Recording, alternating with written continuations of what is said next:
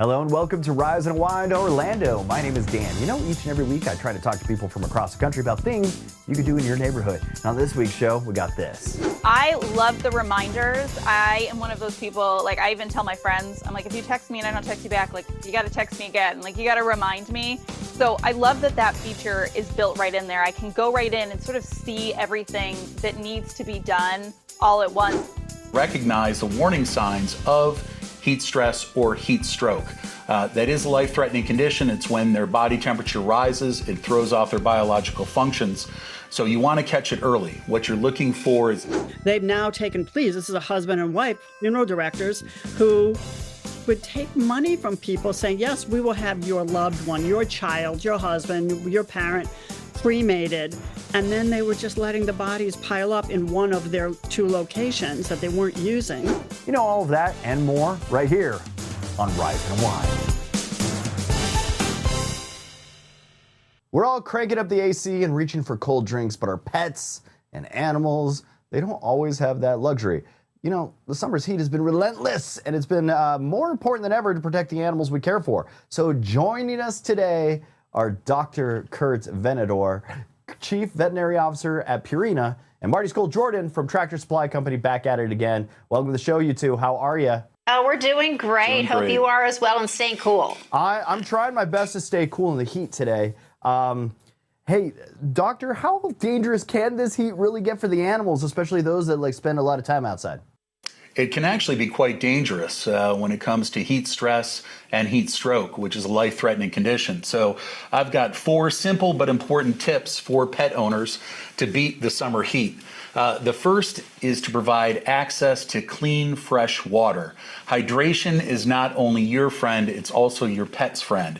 And by keeping them hydrated, you can fend off heat stress and heat stroke. The second tip is to provide access to shade and ventilation. So it's not just about keeping them out of the sun, but you'd like to have some nice airflow that allows them to cool themselves down naturally. The third tip is to avoid stressful or a lot of exercise during the high midday temperatures. So we're talking the 10 a.m. to 4 p.m. range. Instead, bring out your livestock or take your dog for a walk or a run early in the day or early in the evening. And the fourth tip is to recognize the warning signs of heat stress or heat stroke. That is a life-threatening condition. It's when their body temperature rises, it throws off their biological functions. So you want to catch it early. What you're looking for is excessive panting, drooling, lethargy, weakness, diarrhea, vomiting. So if you start to see that and they're just not doing right, bring them inside into the air conditioning, put them on a cooling mat, provide them with fresh water, and try to get them acclimated and cool as soon as you can. Are there adjustments that we should be making to things like feeding, hydration, or like exercise this time of year? Great question. If you're feeding a high quality, complete and balanced food, you do not need to switch it during the summer heat. That being said, we do know our pets will eat less per day when the temperatures start to soar.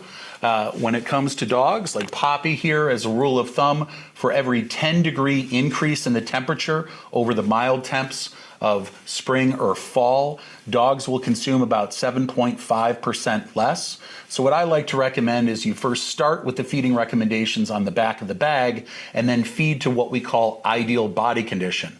How do you determine that? Well, if you're standing over your dog from behind, you want to see a nice hourglass shape. From a side profile, you'd like to see an abdominal tuck between the abdomen and the hips. And then lastly, you want to take your fingers and rub it over their abdomen. You should be able to feel the ribs, but the ribs should not be covered with fat pads. All right, Marty, you got to set us up. I know you got the goods. What kind of products or like setups can help give pets and livestock owners that little peace of mind, especially in this heat? Oh yeah, some of the coolest ever to keep your pets cool. So our cute little canine here, Poppy the puppy, she was earlier playing with this Pupscicle, and you put in treats. You can refrigerate them or freeze them and keep it cool. A teether, very similar to a baby, but they put that in the freezer and they like to chew on that. We've got a mat, which really lets the airflow underneath, really good cooling technology. There's cooling collars that help with that core temperature, cooling vests for dogs. And then, of course, we've got our feather friends in studio. There are electrolytes by Purina. They're all kind of taking a nap now. They've been running around all day in here, and that really helps as well. Purina Days are actually going on in store until August the 10th.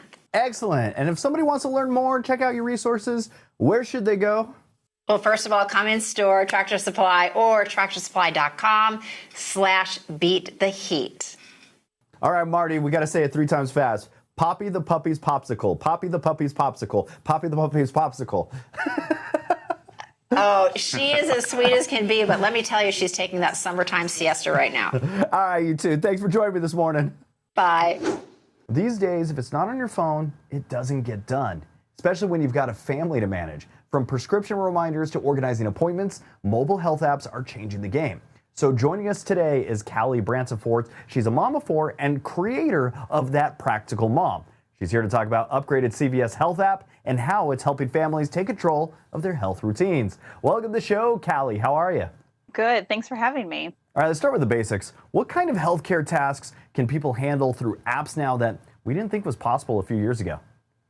Yeah, I mean, there is an app for everything, right? And I'm one of those people that I don't really think every app is worth it. I find some of them to just be more work than they're worth. But when it comes to managing healthcare, especially for a family of 6, I find using a healthcare app to sort of streamline the process. So I use the CVS Health App, and it does everything from refill my prescriptions to remind me I need to refill prescriptions. I can check lab results. I can make appointments and get information about upcoming appointments. And it's all just in one streamlined app. And so for me, that's just hugely convenient. CVS just updated their app. What's new with this version, and how does it make life easier for busy folks like us? Yeah, so it has a couple enhancements that are really nice. One of my personal favorites is it has a personalized barcode when you refill a prescription. So you can just give that barcode to your pharmacist. They scan it, payments included, and then you can just be on your way. As a busy mom of 4, that's a huge time saver. I also really like that they have AI enhanced search. So when I am searching for something inside the app, it just gives me smarter results and gets me to what I'm looking for quicker. Not just products, but services. It also has articles from Everyday Health in there. So it just kind of takes that guesswork off of me and gets me to what I'm looking for a lot quicker. So as a parent of 4, you've probably tried it all. What features in the app have really streamlined your daily chaos? I love the reminders. I am one of those people, like I even tell my friends, I'm like, if you text me and I don't text you back, like you got to text me again. Like you got to remind me. So I love that that feature is built right in there. I can go right in and sort of see everything that needs to be done all at once. And again, I'm not having to log into multiple accounts, which I think is a really big one for me. We already have too many accounts to log into. And when you have 4 children, now you're like logging into different accounts for every kid. It gets insane. And so for me, that is a big one. And a lot of people feel overwhelmed just trying to juggle health info for the whole family. How does a tool like this actually reduce stress and not just add one more thing that you have to check? Yeah, well, like I mentioned, because everything is streamlined, it's all in one place. I find that it to be, like I mentioned earlier, just a really worthwhile app. But one thing I want to mention when you talk about stress that I really love in the app is one of the enhancements they added is they have guided meditations from Headspace in there now. So I love that because sometimes if I have 5 or 10 minutes to myself, which isn't always, but maybe I'm sitting in the school pickup line and I'm waiting for my turn, I can pick one of those up and listen to them. And it is a really nice way to reset your day. If someone's ready to give it a try, where should they go to download it and maybe even learn more? Yeah, you can go to cvs.com/app. Thanks for joining us, Callie. Thanks so much for having me. Have you ever watched a true crime show and thought, I'm ready for something a little different? Maybe crimes that don't revolve around murder? Well, you're in luck. There's a fascinating new docu-series called The Curious Case Of, which dives into real-life stories involving guardianships, missing persons, and even funeral home scandals. And who better to guide us through all of these twists than legal analyst and former New York City Assistant DA, Beth Karas. Beth, thank you so much for joining me. Oh, thank you very much. Beth, your show takes on some really unusual cases, definitely not your like typical homicide stories. So why did you choose these particular topics for The Curious Case of? So, first of all, we found that there is an appetite by the public for stories that don't have to involve murder. If you're a crime aficionado, it doesn't have to be murder and mayhem, right? So this was a nice departure from that. The Natalia Gray series, which was 3 seasons, was very successful, showed us that. So we found these really twisted, weird stories where you go on a journey. Like, what? I mean, it's like head snapping. Sometimes it's like, I can't believe they did this, or who do I believe? I don't know. I don't know what the truth is. So we look for stories that were kind of twisted that would be compelling and capture the interest of the viewer. And so far, so good. One story that really got my attention centers on Bam Margera, someone who's been pretty open about his struggles. How did he end up on your radar?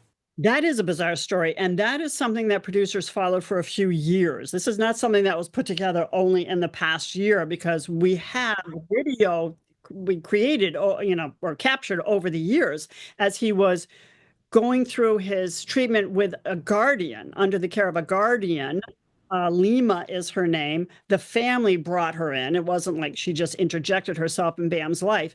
And it was temporary. It doesn't exist anymore, the guardianship. But then there's a woman on the East Coast, this was West Coast, a woman on the East Coast who had led one of the Free Britney Spears movements, who then, once Britney was out of her conservatorship, took on the Free Bam. And so we tell, even though it's Bam's story, it's these two women butting heads. Like, what, should he be in a guardianship? Is this doing more harm than good? And who is this person who's leading the Free Bam movement? Is she for real? So in the end, Bam pulls out of it. I mean, Bam reacted positively to the episode. He's married again. He's sober. He seems to be doing well. So it has a good ending. Another case that stood out to me was the Funeral Home of Horrors. That sounds unsettling. Can you give us like an overview?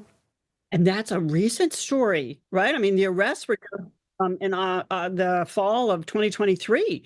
They've now taken pleas. This is a husband and wife, funeral directors, who would take money from people saying, yes, we will have your loved one, your child, your husband, your parent cremated.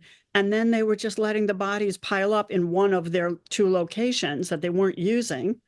And the bodies were decomposing. And they would give them ashes from someone else or cement dust they'd give the family. Lastly, there's a case you call the Doomsday Cat Cult. That's a crazy title. What's going on there? This is a story of a woman leading a conventional life, married with a couple of children, and she wasn't particularly religious, but then she started going to this church, following this woman, and then she sort of went down she spiraled into she went off the tracks. She developed her own church, her own following. Now they're in the Tennessee area, and she's got her followers. It's a fairly small group, but she's got her followers believing that cats are the vessel to the afterlife. And you got to take in to be healthy and assured that you'll get to heaven or whatever. And so these people at their own expense are taking in 30 cats from shelters and strays, whatever, and feeding them and cleaning them and caring for them, sometimes before their own children or themselves. I mean, it's overwhelming. A few people got out of this group and talked to us about it, which is how we have this the story of what was going on inside. Beth, I really like this series. It covers eye-opening situations without that usual murder focus. And I appreciate your time and insights. If you want to check it out, it's The Curious Case of On ID. Thanks for joining me this morning, Beth. My pleasure, and thank you.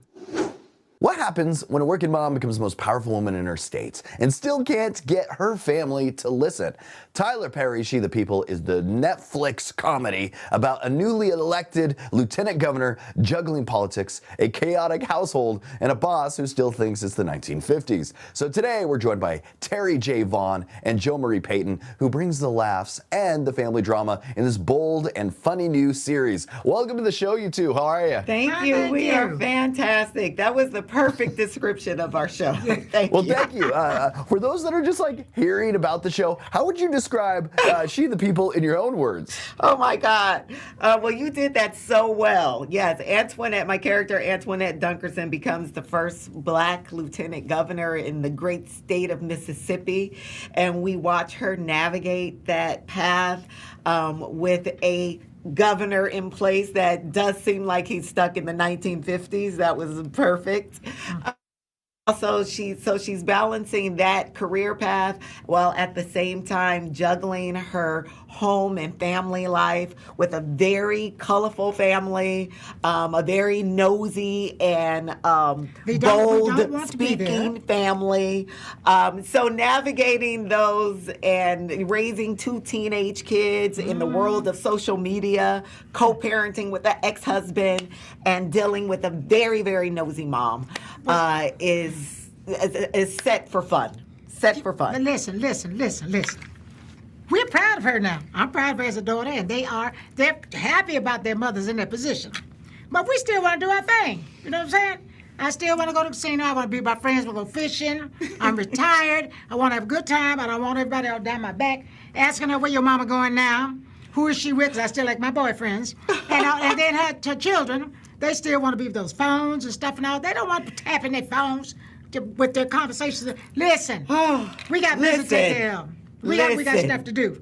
But we're also not ignoring that we got issues in this world. Jo Marie, you play Cleo, Antoinette's mother, and she's got her opinion. So what do you love about playing her? What I learned about playing What do her? you love? That is a lot like me, Jo Marie. And everything, but she's more me. I love the fact that I love the fact we're on Netflix too. I have that kind of freedom to really be me. You know, and to deal with all these different things, with family life and politics, and although she says, I don't like politics, she doesn't like the BS of politics, but yeah, she loved to get into the mix. Come on now. But, so that's what I'm loving about this character. And I'm hoping that you love it too, so I can bring things to you to make you feel better about you, and that you wake up that next morning seeing you and feeling better about everything that life has to offer because you saw you and you made you better. And the show touches on like real issues, like and also is extremely funny, keeping laughs going. What is the balance between comedy and reality and bringing those together on set? I think the funny is based in reality. Like all the storytelling is totally relatable topics, things that we are seeing, stories ripped from the headlines. So it is very grounded in reality, but we laugh. Like my favorite thing in the world to do is laugh. I believe that laughter is healing. Even in, just dramatic situations, sometimes you just got to step back and you just got to laugh at the ridiculousness that we are living in, that we have to navigate through. And so we wanted to create this show to be able to address real life issues that we are dealing with, but give it to you in a digestible way where you can laugh, but also you can think and maybe start some conversations around the issues and around the things that we present. It's just like an example I can give you because I don't want to use all the time. And I'm real concerned about children not having breakfast in the morning, having food to eat when they go to school and all, because I'm one of 9, and we went through that. And also, but the funny in it for me would be if they did take the program out of school or whatever, like they have son, that I say, something, I saw a little peepee and he was hungry. Tell that boy to stop by my house before we go to school so I can give him something to eat. And then I may start a protest. We don't know. The show has so many veins to it. Yeah. And because we have so many issues and so many things that we want to fix and make right and make you feel good that you helped us make it right. Until the funny is going to come out of that. That you might pass our house and see me outside with the barbecue grill, big one there, with pots on there, and I'm slinging grits. Say, come on here, boy, and get something to eat before you go to school or whatever.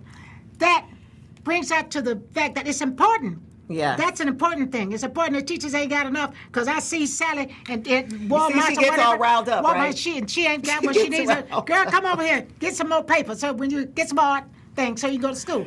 We have to address their health. I go to CVS. I'm going to say it. And I got to go pick up my medicine. Why I got to pay for this? How much do y'all want me to die, right? It's something funny about that, but it's real. That's real. That's real. You got it? I got you. All right, Terry, Joe Marie, thanks for joining me this morning. Don't miss the Laugh Out Loud comedy that happens when politics and family pretty much go head-to-head under one roof. It's available now on Netflix. She the People. Check it out. Thank you, too, for joining me this morning. Thank you. Thank you. We love you. Thank you so much. What does it take to stare down a one-ton bull and hold your ground 8 seconds at a time? In Not Her First Rodeo, we follow the real lives of elite lady bull riders, women who are rewriting the rules of rodeo and risking it all for the win. As the heart of it is 4-time world champion Jordan Halverson, who's not just riding, she's basically leading a movement.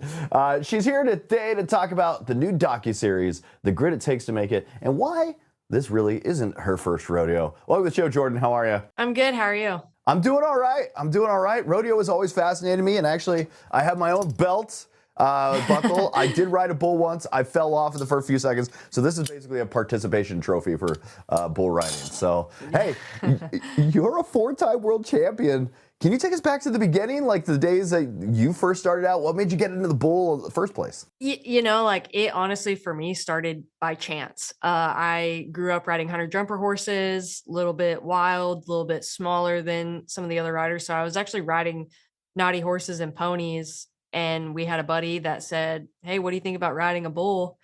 And I obviously said yes.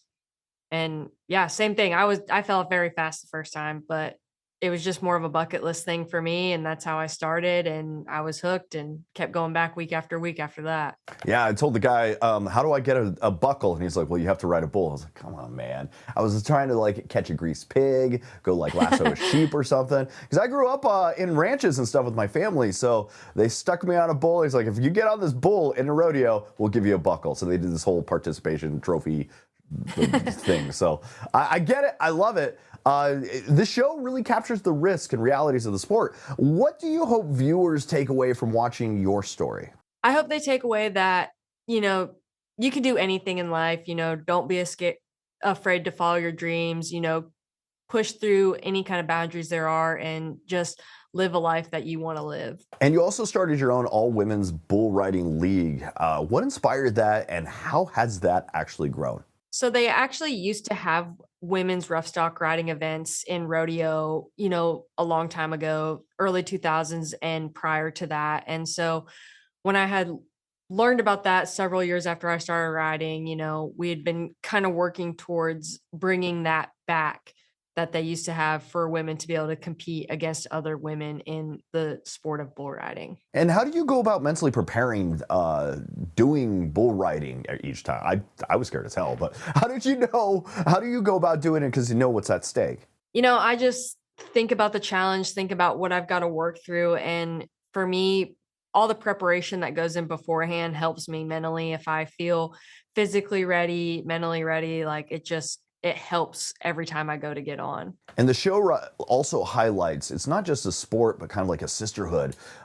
What has the community of women in bull riding meant to you? We all have our different struggles and you can always learn something from another woman, whatever they're going through. And, whether that be in our riding or in our everyday life, we've just learned to, help each other out and grow as we grow in this sport. Jordan Halverson, thanks for joining me this morning. You got to catch Not Her First Rodeo. It's a new 6-part docuseries from ABC News Studios, premiering on Freeform with 2 back-to-back episodes. Then you can binge the whole full series on Hulu. Thanks for joining me this morning, Jordan. Thanks for having me. Grief, friendship, and a little dark humor. My dead friend Zoe brings it all together in a story about a veteran navigating life with her best friend, who just, happens to be a ghost. Sonequa Martin Green stars as Merritt, a U.S. Army veteran facing family struggles, personal loss, and the ever-present Zoe. The movie's already in theaters, and Sonequa joins me right now. Welcome to the show, Sonequa. How are you? Oh, I'm so good. Thank you for having me. All right. This film walks like a fine line between drama, dark comedy. Like, how did you approach playing Merritt, someone that's like dealing with grief in such a really unconventional way? Oh, well, thank you for calling it unconventional. a lot of a lot of how I dealt with it and the carrying of the role and the carrying of the weight of the role was because I was seeking to do justice to Kyle Houseman Stokes, because this is his story. Our director, who also wrote this, AJ Bermudez, helped write as well, but this is his story, 93% as it happened. And so from the very beginning, I knew that I needed to do this justice. And this is a veteran story. It is about PTSD, survivor's remorse and shame and guilt and acclimating to life after war. But it's also for anybody, whether you served or not, who's dealing with these things, because so many of us are. So many are walking around with this kind of pain.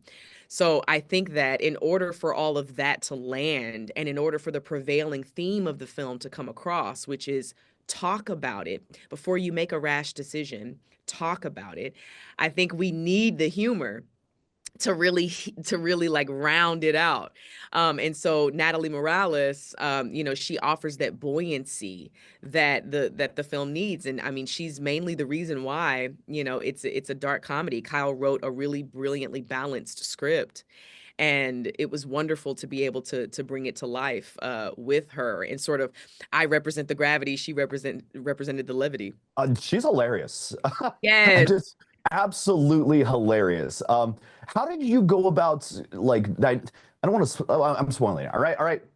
She's Tyler Durden, basically a Fight Club the entire time. How do you go about telling the story from that perspective, that you are in some scenes being yourself, communicating with some of the characters that are around you, and then also on the same level communicating with her, and also as everybody around you is staring at you like, this person's crazy, this person's off your rocker? How do you play that fine line as a character? Because that must have been one hell of a hard role to do, to be able to like play two conversations at once while you're the only one that's in both of them at the same time. That's a really great question. Thank you for asking. I think that there was obviously there's a totality of thoughts and experiences that fed into Merritt, right? And that fed into Kyle. Merritt as Kyle as Merritt, right? Me as Merritt, bringing Kyle's life to the light. I think that what made it I won't say easy, but what made it doable for me was knowing that this is the way this woman lives. This woman lives with this constant this constant presence of the guilt and the shame and the survivor's remorse. And, something that Natalie Morales says a lot is she likes to call Zoe a guilt demon, right? Because she isn't a ghost. It isn't the actual Zoe. It's a manifestation of her. And she's grown to this level of personification because of the harping on it, because this is something that is growing and toxifying and fermenting in Merritt's heart and in her mind. So it's almost like growing and swelling to the point where it's going to take over her life. And we see that it sort of has, right? And so it was interesting because knowing that she's always on my mind, that was how every moment was played. She's here. She's always here. I am so guilty. I feel so much shame. I have such deep survivor's remorse. All I want to do is go back and change the past, but I can't. And I'm stuck in this loop of pain because of it. Saniqua Martin Green, thanks for joining me this morning. My Dead Friend Zoe is now playing in theaters, so if you haven't seen it yet, this is the perfect time to go check it out. To find showtimes, to learn more, go to mydeadfriendzoemovie.com. Saniqua, thanks for joining me this morning. Thank you for having me. This was great. And that's it for Rise Unwind Orlando. Thank you for tuning in and checking out the show. If you actually want to be on the show, go to our website, riseunwindtv.com, fill out the form, follow us on Facebook and Instagram. That's @Rise Unwind. And until next week, that was Rise and Unwind.